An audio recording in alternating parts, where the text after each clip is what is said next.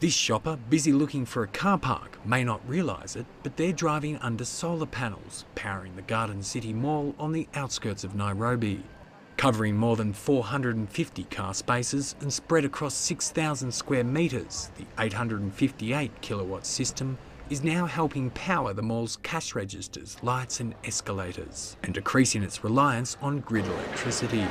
The private initiative has seen the mall team up with funding facilitators SolarAfrica and project designers Solarcentury.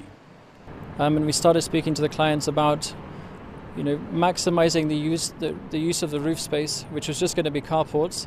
And obviously with the solar carport, you're providing weather protection for vehicles, as well as providing solar electricity, which can be pumped straight into the shopping mall here. We have been able to create synergy between a car park and power generation. Very innovative idea. Kenya has long been touted as a huge solar energy growth market, with its ideal climate as well as the need to provide power to the millions of residents still not connected to the grid. However, uptake has been slower than many within the industry had predicted. Traditionally, solar in Kenya was viewed as small scale, quite expensive, poorly maintained, and battery system, none of which we're producing now. We don't have any battery storage. What is produced is fed directly into the shopping mall. And so I think it's changing the mindset which was previously here. Securing the necessary financing has also proved challenging.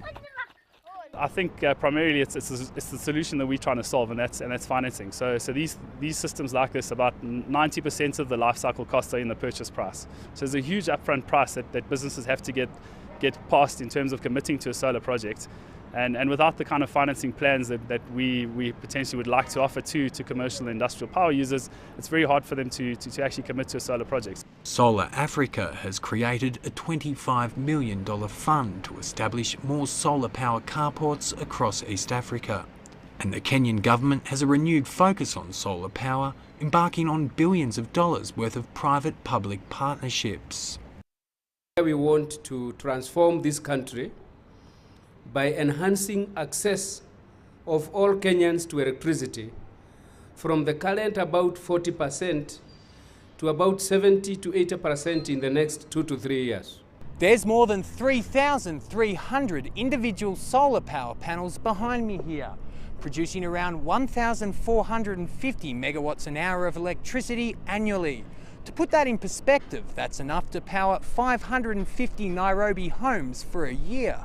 The mall expects the project will cut carbon emissions by around 19,000 tonnes over the next 25 years.